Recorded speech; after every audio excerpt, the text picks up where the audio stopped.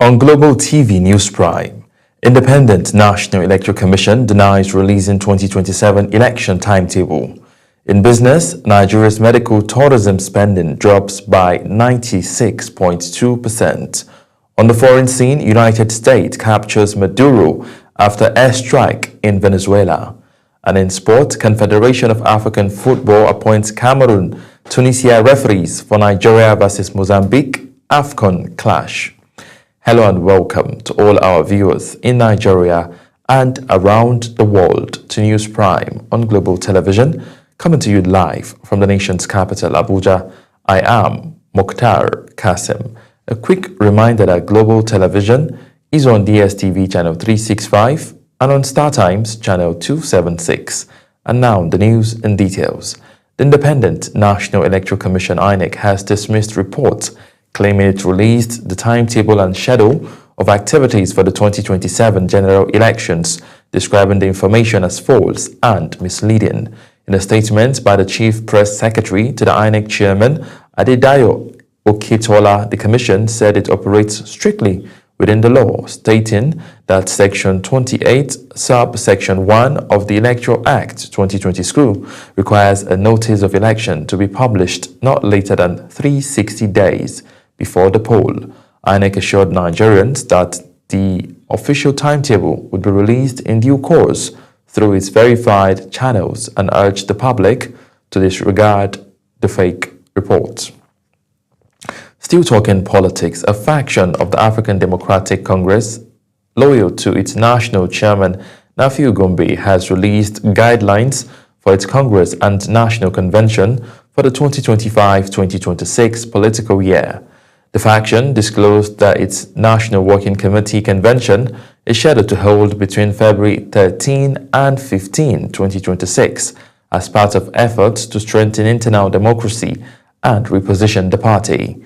The announcement comes after the faction disowned the reported defection of former Labour Party presidential candidate Peter Obi, insisting the registration violated the party's constitution. The National Association of Resident Doctors, NARD, will resume its total indefinite and complete strike from 11 a.m. on Monday, January 12th, citing the federal government's failure to fully implement a previously signed Memorandum of Understanding. The association said the action, tagged "No Implementation, No Going Back," will include center-based protests across hospitals and press briefings by leaders of its 91 centers following resolutions from an emergency National Executive Council meeting. NARD warned that the strike will only end after the government meets outstanding demands, including salary and promotion arrears, reinstatement of dismissed doctors, and full implementation of professional and specialist allowances. The Chief of Naval Staff, Vice Admiral Idi Abbas, has commended troops of Operation Haɗin Kai for their courage and resilience in safeguarding the nation. According to a statement by the Joint Task Force spokesperson, Lieutenant Colonel Sani Uba, Abbas gave the commendation during a visit to the operations headquarters in Maiduguri, where he conveyed President Bola Tinubu's appreciation for their operational success. The naval chief emphasized the importance of joint military operations, noting that collaboration enhances efficiency and strengthens national security. Now, as the world celebrates New Year, many Nigerians are already looking ahead with hopes that the new year will bring relief from the economic and security challenges experienced in 2025, from rising food prices to insecurity and unemployment. Citizens say several promises fell short, leaving them eager for better governance in the new year. Kabir Hassan took the conversation to the streets of Abuja to hear what Nigerians expect from the government in 2026 and what they believe was missing in 2025. For many residents in the nation's capital, 2025 was a year marked by hardship, high inflation, insecurity, poor power supply, and unemployment dominated daily conversations as families struggled to cope with the rising cost of living.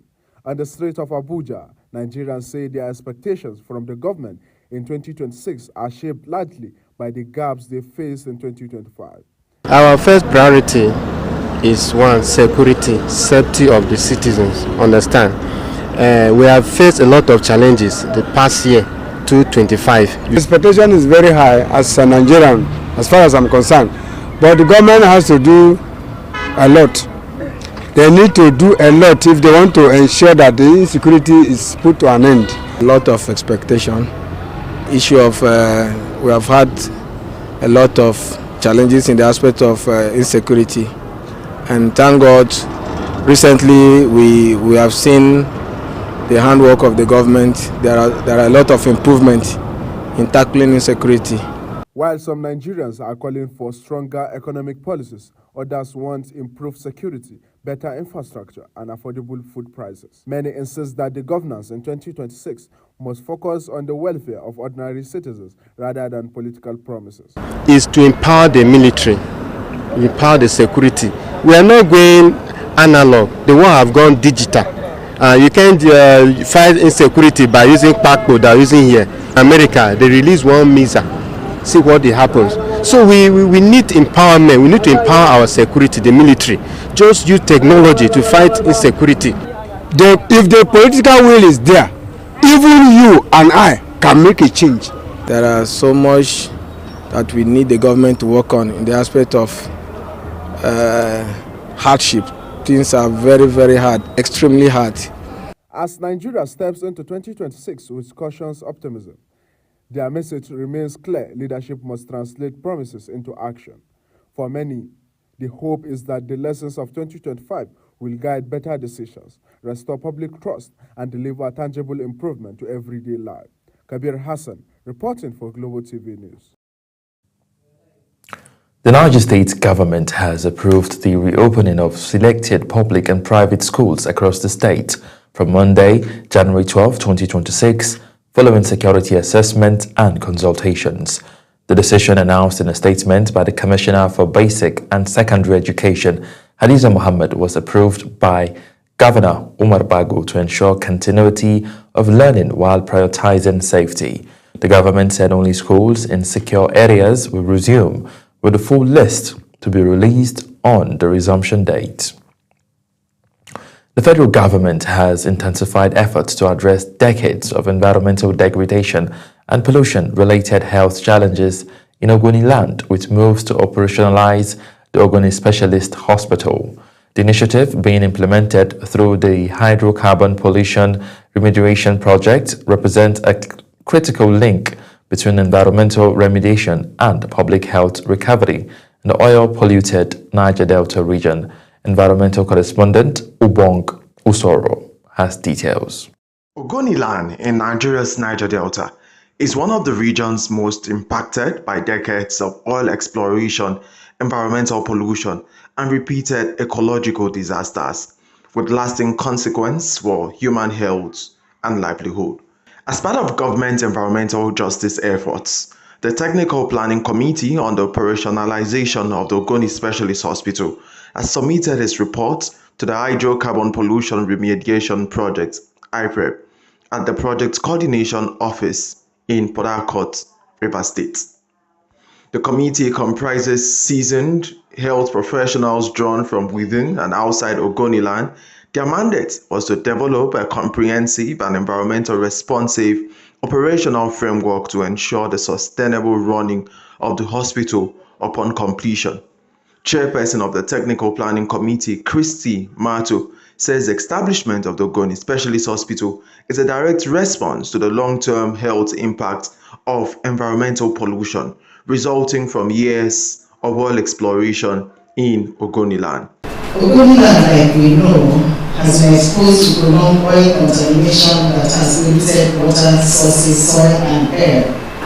The consequences have caused a complex mix of direct environmental poisoning and socio-economic issues. Project coordinator of HYPREP, Nedi Barini Zabi, disclosed that the construction of the Ogoni Specialist Hospital has reached 78.2% completion, noting that the technical committee was established to provide a clear and sustainable operational pathway for the facility.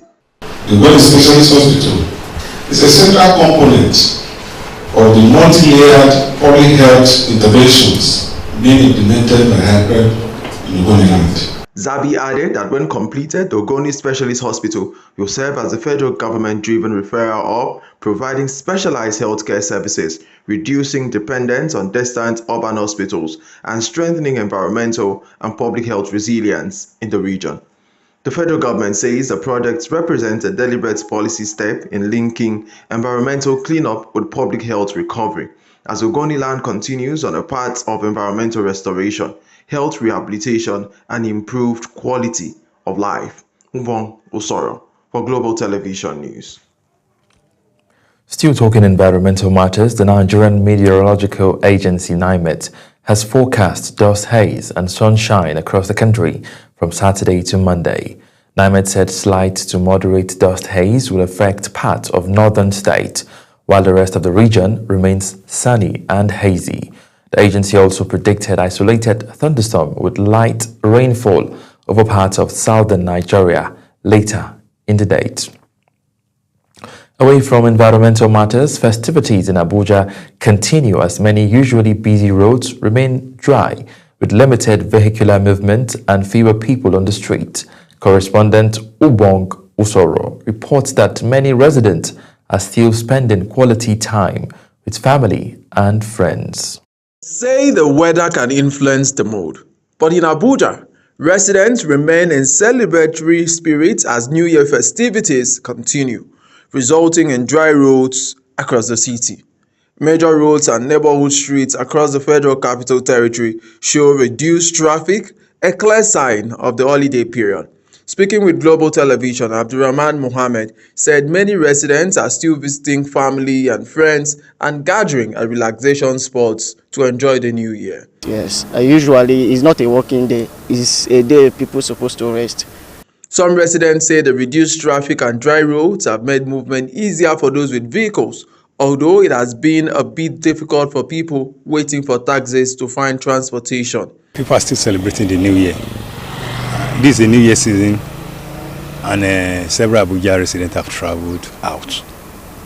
And then the few ones that remains are either indoor or just strolling around. As the New Year celebration continues, Abuja residents remain hopeful and optimistic that by Monday, activities will be back to normal.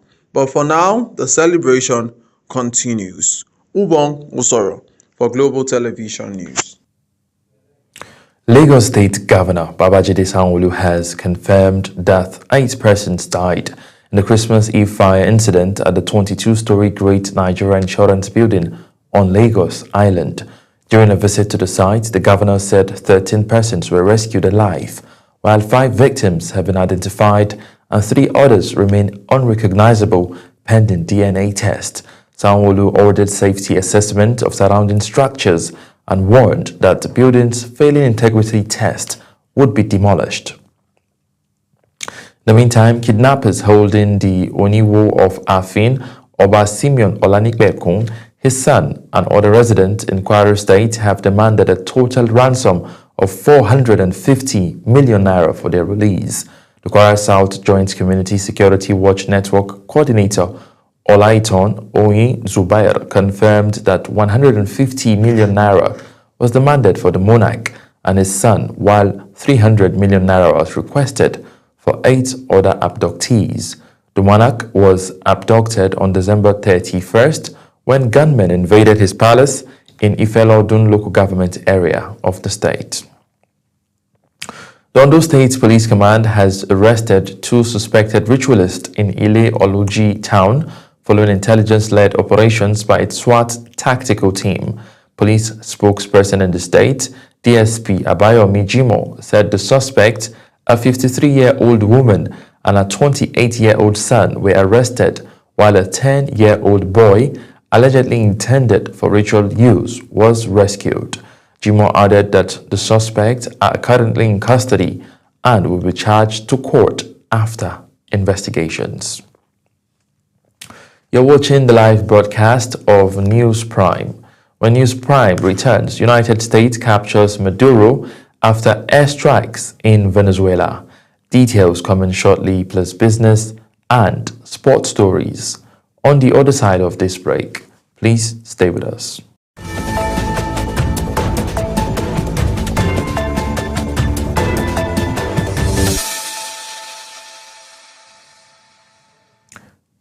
Good to have you back on the news. And now to business, where the Central Bank of Nigeria has projected a 4.49% economic growth and inflation easing to an average of 12.94% in 2026.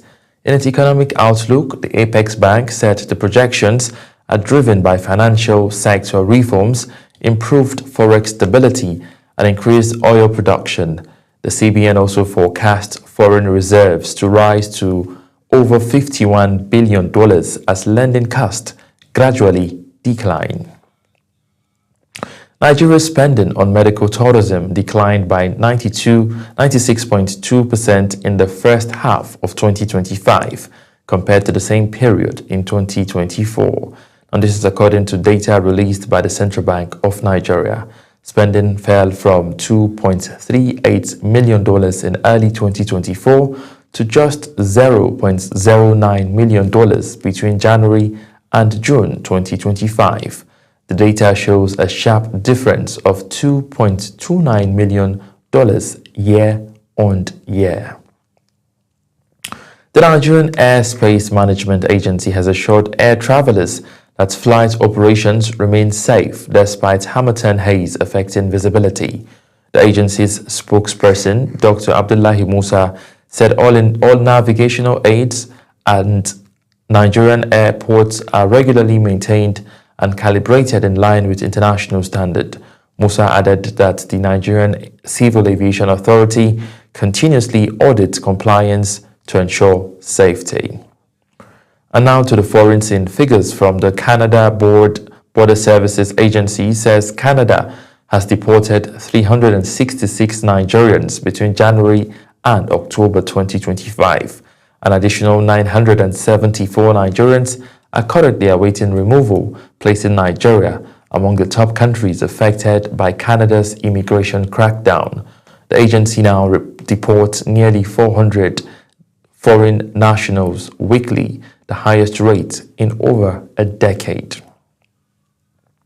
The United States has captured Venezuelan President Nicolas Maduro and his wife and launched what United States President Donald Trump described as a large-scale airstrike on Venezuela, escalating weeks of heightened diplomatic tension between Washington and Caracas.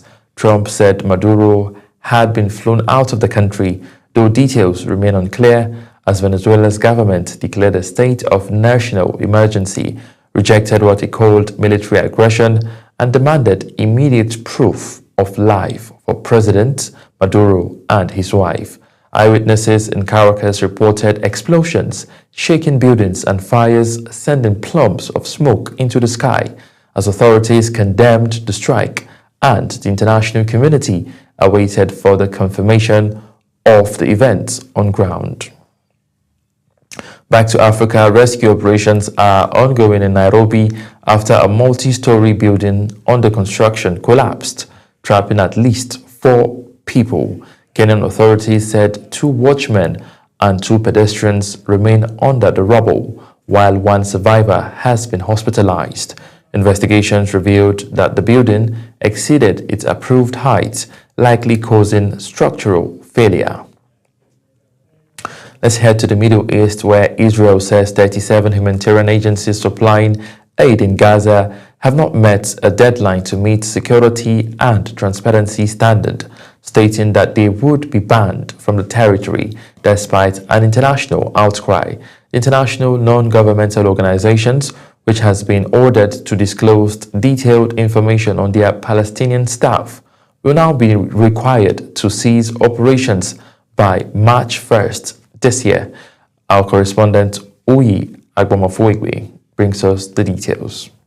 The United Nations has warned that the action will worsen the humanitarian crisis in the war-ravaged Palestinian territory, with several NGOs saying the requirements contravene international humanitarian law or endanger their independence.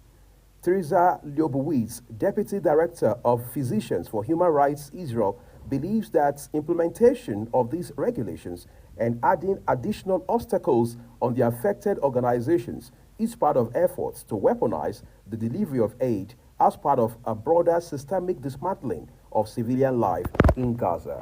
On the people of Gaza, it has a direct effect. It means that international organizations that have expertise, that are known around the world for providing humanitarian aid, that have expertise in Gaza itself, that have the trust of the community there, that have connections, will no longer be able to do what they have done. Israel says the new regulation aims to prevent bodies it accuses of supporting terrorism from operating in the Palestinian territories. A ministry list indicates that prominent humanitarian organizations hit by the ban include Doctors Without Borders, the Norwegian Refugee Council, World Vision International, and Oxfam. In Doctors Without Borders' case, Israel accused it of having 2 employees who were members of Palestinian militant groups Islamic Jihad and Hamas. Uyi Agmofwebe, reporting for Global TV News. And now talking sport, the Confederation of African Football (CAF) has appointed a mixed officiating team of 3 Cameroonians and 2 Tunisians for Nigeria's round of 16 clash with Mozambique at the ongoing African Cup of Nations 2025 in Morocco, with Abdul Abdel Mafaya named as center referee. Mafaya will be assisted by fellow Cameroonians Elvis Guy Nupo and Karine Fomo, having previously officiated the Group A match between host Morocco and Mali, which ended 1-1 and produced 44 tackles, 37 fouls and 2 penalties, also 8 yellow cards. Tunisian Haitham Gourat will oversee the VAR duties alongside Khalil Hassani, while Gabon's Dangai Patrice serves as 4th official for the match scheduled for Monday, January 5 at the Fez Sport Complex, where Group C winners Nigeria face Mozambique, one of the best 3rd-place teams. Ademola Lookman has finished as the highest-rated player of the group stage at the 2025 Africa Cup of Nations in Morocco, with ratings by WhoScored.com, placing 3 Super Eagles players, Lookman, Samuel Chukwueze and Wilfred Ndidi, among the tournament's top 10 performers. Lookman topped the ranking with an average rating of 8.36 after recording 4 direct goal contributions in Nigeria's win over Tanzania and Tunisia, performances that helped the Super Eagles alongside Algeria finish the group phase with a perfect record. The Atalanta forward was rested for the final group match against Uganda and was later named in CAF's group stage best 11, while Nigeria's coach Eric Shell emerged as the best coach of the opening rounds. A Shagamu Magistrate Court has adjourned until January 20, 2026 the case against Adeniyi Mobolaji Kayode, the driver involved in the accident that killed 2 close associates of former heavyweight boxing champion Anthony Joshua. The Ogun State Police Command said Kayode was arraigned on Friday over the 29 December 2025 crash near Danko along the Lagos-Ibadan Expressway, which claimed the lives of 36-year-old Kevin Latif Ayodele and 36-year-old Shino Gami, both members of Joshua's training team. Police sources disclosed that Kayode, a member of Joshua's Nigerian logistics unit, was allegedly speeding when a tire burst during an overtaking maneuver, causing the Lexus SUV to lose control and crash. As Global TV News Prime comes to an end, let's take a look at some of our top stories. The Nigerian Independent National Electoral Commission (INEC) has dismissed reports claiming it has released the timetable and schedule of activities for the 2027 general election, describing the information as false and misleading. In business, we brought to you that Nigeria's spending on medical tourism declined by 96.2% in the first half of 2025 compared to the same period in 2024. On the foreign scene, you heard that the United States has captured Venezuelan President Nicolas Maduro and his wife and launched what United States President Donald Trump described as large-scale airstrikes on Venezuela. And in the world of sports, we brought to you that the Confederation of African Football has appointed a mixed officiating team of 3 Cameroonians and 2 Tunisians for Nigeria's round of 16 clash with Mozambique at the ongoing African Cup of Nations 2025 in Morocco. That's it on News Prime. A quick reminder that Global Television is on DSTV channel 365, on StarTimes channel 276. Kindly follow us across all our social media platforms, now showing on your screen using @GlobalTV NG. I am Mukhtar Kasim, saying a very big thank you for watching. Have a lovely night's rest.